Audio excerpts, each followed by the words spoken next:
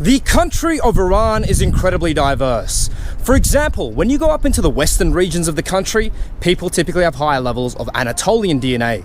And when you go down towards the east, towards Mashhad, people have higher levels of both East and South Asian related admixture. You know, what's really interesting about the Iranian genome, guys, is that they're like a combination of the three ancestral populations which contribute to most Iranian peoples. We are going to look at the average Iranian genome through a variety of different time periods to understand who these people are through a genetic perspective. Over here, I've got a Stone Age DNA breakdown of the average Iranian. And interestingly, what we see is that around 35% of their DNA is Iranian Neolithic related. Now guys, the Iranian Neolithic farmers were one of the first people to inhabit the Iranian plateau, and they contribute substantially to most populations within the region. It's found in the Persians, it's found in the Kurds, it's found in the Azeris, but interestingly, it peaks in the Baloch. These Iranian Neolithic farmers were one of the first populations in the region to discover agriculture, and they originated in the Zagros Mountains of Iran. But if we look closely at this breakdown over here, what we see is that around 30% of their DNA is Anatolian Neolithic farmer related. And that's because, guys, around 8,000 years ago, there was yet another migration.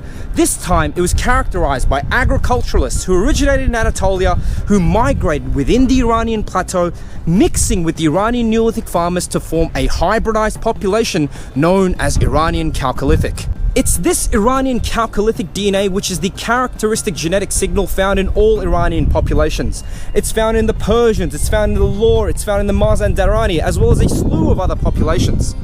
These Iranian Chalcolithic people would lay the foundations of many pre-Iranian civilizations like that of Elam. They would exist within the region for many years, but then around 3,000 years ago, there was yet another migration. This time, it was characterized by steppe nomads who originated in Central Asia, migrating within the Iranian plateau.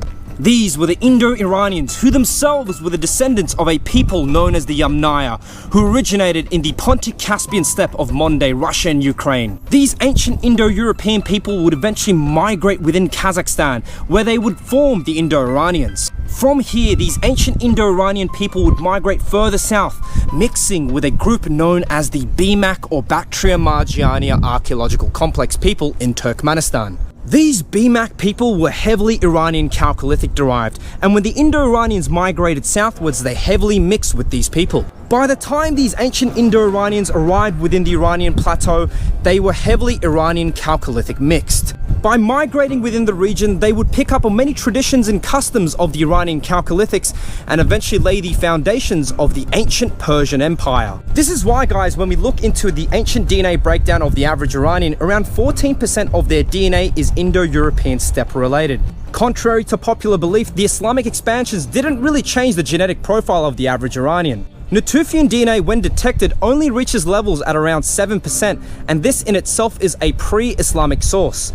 This implies that the Islamic expansions of Persia were relatively peaceful. In contrast, however, the Turco-Mongol migrations of the 12th to 15th centuries were not, and they left a major demographic change within the region. Around 50% of the Iranian population was massacred during this time period, and that's why when we look into a medieval DNA breakdown of the average Iranian, around 2% of their DNA is East Asian derived. These levels elevate when we look into the Iranians of Khorasan as well as the Iranian Azeris, who have around 4 to 6% East Asian related admixture. Guys, I've actually been filming this video in the lovely city of Barcelona, and I've got a fantastic vantage point of the entire city over here. Check that out.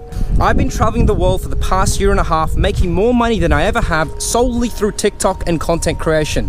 I'd be more than happy to share all the tips, tricks, and strategies that I've personally implemented that have enabled me to live this digital nomadic lifestyle. So if you're interested in learning more about that, make sure you leave a comment in the comment section below. And as always, guys, I send the utmost blessings to you from the lovely lands of Catalonia, and I'll catch you on the next video. Ciao.